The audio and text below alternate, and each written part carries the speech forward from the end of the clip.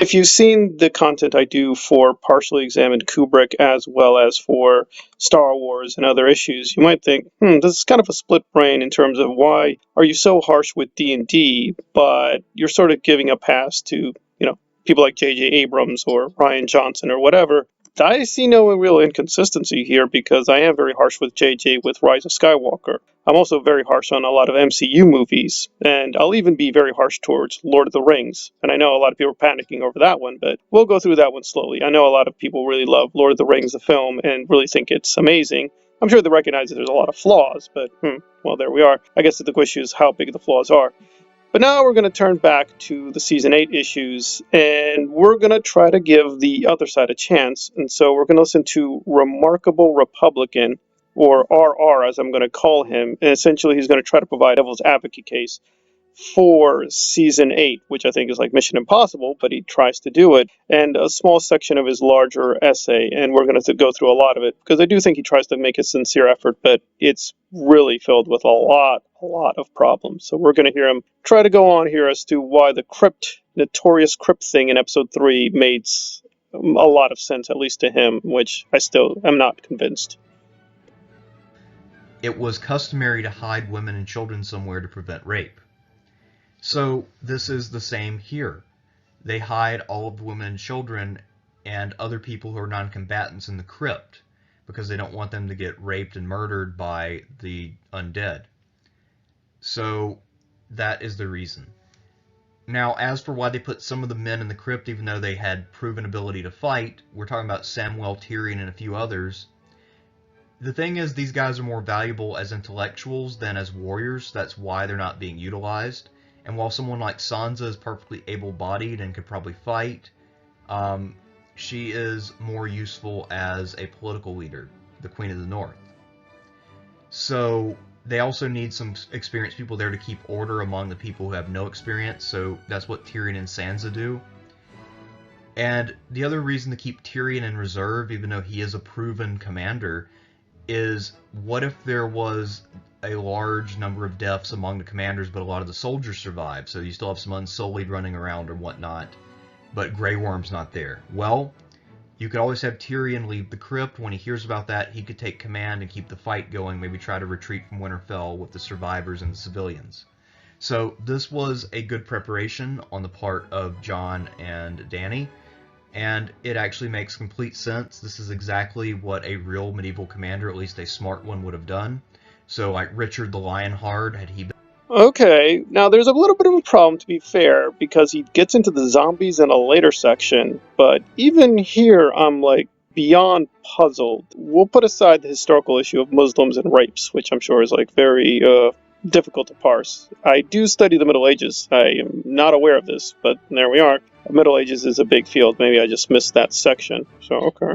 Alright. Maybe not. But why would the zombies rape anybody? As far as we know, they don't have sexual intercourse, so why would they be hiding people to be saved from zombie rapes? That doesn't make any sense. But even independent of Game of Thrones, I'd be like, wait, zombies rape people? They usually just eat them or transform them into zombies. Why would they be raping women or children in this one? That sounds really weird. He also says that Samwell was put into the crypt. I'm like, he was? I don't think he was. I thought he was on the field fighting. He could be right. I'll double check. But as far as I understood, Samwell was not in the crypt. So I'm a little question mark there. Like, I thought he was definitely in the field. Because if I remember correctly, right, he sees Dolores get killed right in front of him. Like, was Dolores in the crypt? I don't know. This is weird, and this is critical. If he's getting major details wrong, that's going to undermine his account. But I don't know. I mean, that's another problem with episode 3. We don't even know where people are placed, so it's a little bit. And he admits that. If you listen to the whole thing, he does admit sometimes it's not clear where people are placed. So he is willing to concede there's some flaws. But I'm like, okay, this gambit here is kind of bizarre. And now we're turning to Tyrion and his, well, that made sense. They need Tyrion as a redundant commander in case they lose somebody. When did Tyrion prove himself as a commander? I guess the closest thing is season 2. He defended King's Landing, I guess? I mean, I thought it was more moral support. Like, he just encourages the troops to fight.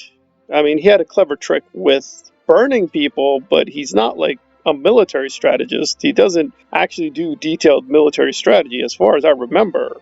I mean, he's extremely clever and he's very intelligent, but the later seasons, he's really stupid. I mean, when Danny left him to take over, as far as we can see, he didn't do too good a job. So I'm a little puzzled what he means he's good at commanding. Is he relying on season 2? Even if he was, how's that relevant to this? I mean, he's faced, quote, armies with living people.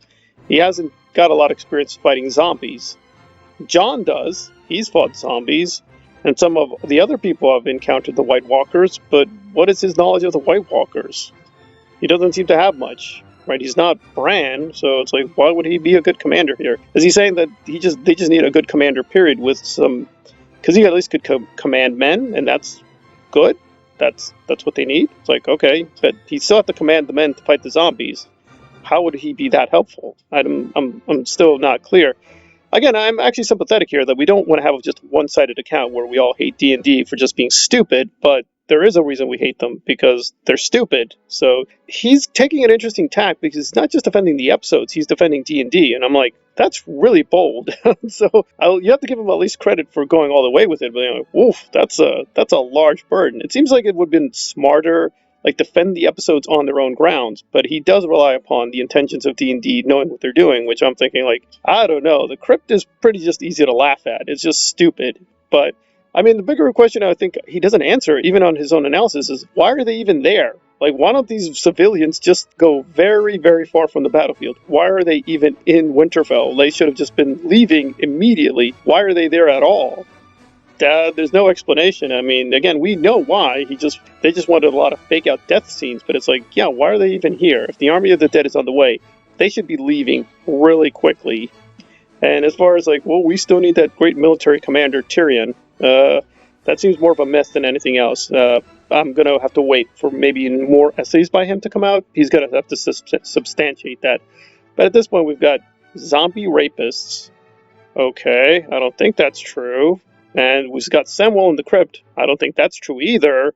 And then we've got Tyrion, who's a military mastermind. I don't think that's true either. So this is a lot of assumptions here. So this argument might be good, but I don't think these assumptions hold up. Especially the zombie rapist. I'm like, huh? And the zombie rapists are Muslims?